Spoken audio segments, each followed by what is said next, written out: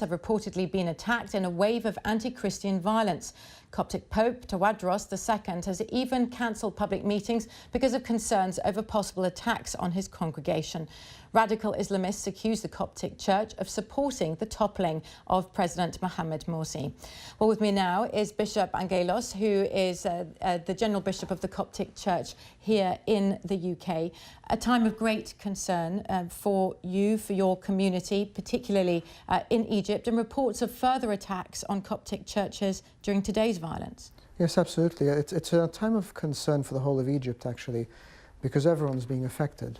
The Christians in particular, because of the burning of churches, and the numbers are actually closer to 50 now across the whole country over the past 48 hours.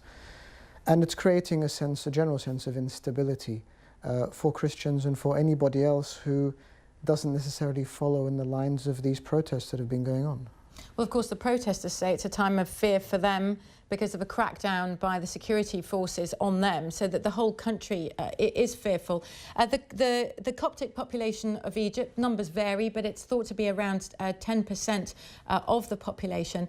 Many saying they're in fear of their lives. Are you hearing from members of the church who are looking to come to places like the UK to escape the violence?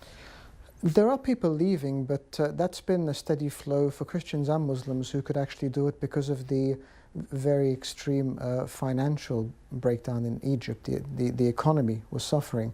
But at the moment, 90% of Coptic Christians still live in Egypt, and that's why I actually don't use the term diaspora, because we have a connection to the country, to the land, to our monasteries and our churches, being an indigenous people there for 2,000 years.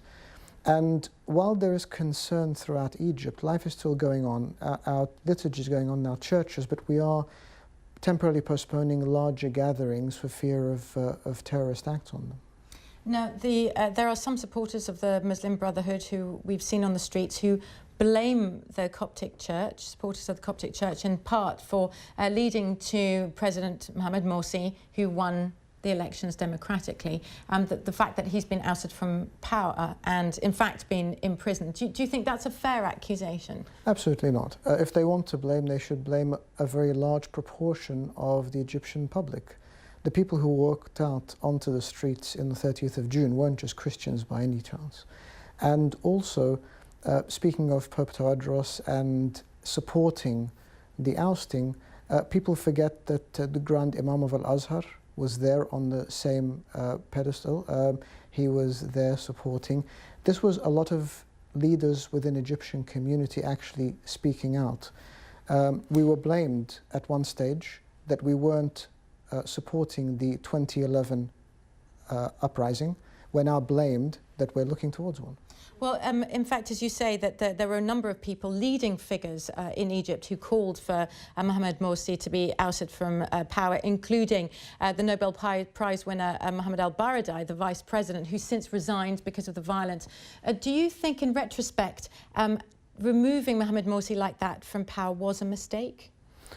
I think there had to be some sort of apparatus to hold the president to account. Egypt had reached a very poor level in terms of the economy, safety of people, law and order at every level. And while there was no apparatus of the state to hold him accountable, people came out and voiced what they wanted. Since then, there have been calls to integrate people into reconciliation, into talks by Al-Azhar itself and by other factions and leaders, but unfortunately that's all fallen on deaf ears.